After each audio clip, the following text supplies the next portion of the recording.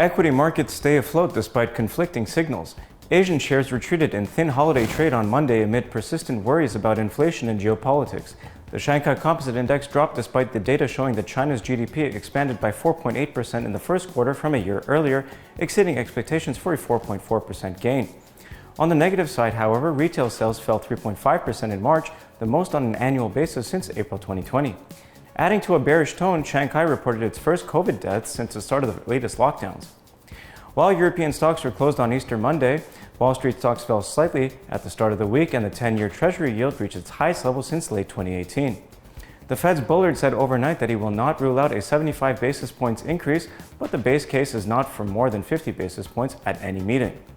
He also noted that events in Ukraine will have a meaningful impact on Europe's economy, but less so on North America.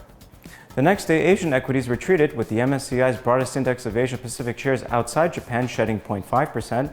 The Shanghai Composite Index fell less than 0.1%, while Hong Kong's Hang Seng Index finished down 2.4% as Shanghai reported more than 20,400 new cases on April 18th.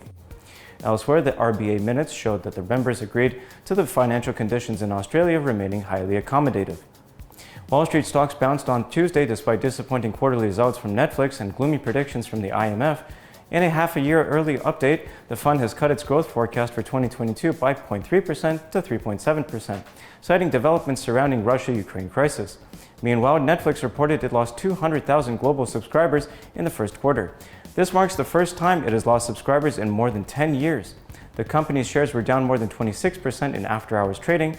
Still, however, the Dow climbed 1.45%, the S&P 500 rose 1.61%, and the Nasdaq increased 2.15%. Asian equities were mixed to lower on Wednesday, with China's COVID-19 outbreak continuing to unnerve investors. Meanwhile, the People's Bank of China kept its loan prime rate steady, disappointing market players as they expected the central bank to cut rates in an effort to support the struggling economy. As a result, the Shanghai Composite shed 1.35%. Japan's Nikkei 225, however, added 0.86% after data showing exports rising 14.7% year-on-year and imports jumping 31.2% in March. In Europe, stocks closed higher as investors digested the IMF's updated global economic forecast as the fund cut its global growth projections for 2022 and 2023. On the data front, Germany's March PPI came in at positive 4.9% versus plus 2.6% month-over-month expected, adding to inflation concerns in the region. The Pan-European Stock 600 index added 0.8%, with tech shares leading the gains. In individual stocks, Rio Tinto fell nearly 5% after reporting lower than expected first quarter iron ore shipments. The mining firm's shares trimmed losses to 1.34% on a daily closing basis. U.S. stocks ended mixed Wednesday as the tech-heavy Nasdaq was dragged down by disappointing Netflix earnings. The Dow ended up 0.71% higher, the S&P 500 fell less than 0.1%, and the Nasdaq dropped nearly 1.22%. U.S. 10-year Treasury yields dipped from more than three-year high of 2.981% to 2.8436%. In its beige book, the Fed reported that the economy expanded at a moderate pace in March, though business reported issues with high inflation and worker shortages.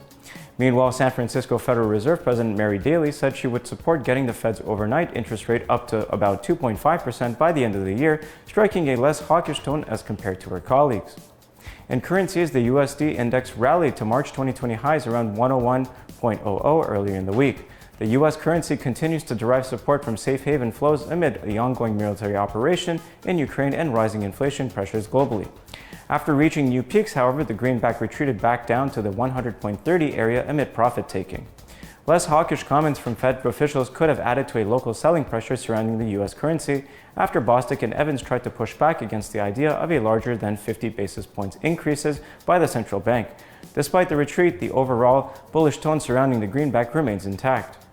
That is all for today. Thank you for watching. Please click subscribe to always be in touch with the latest market news.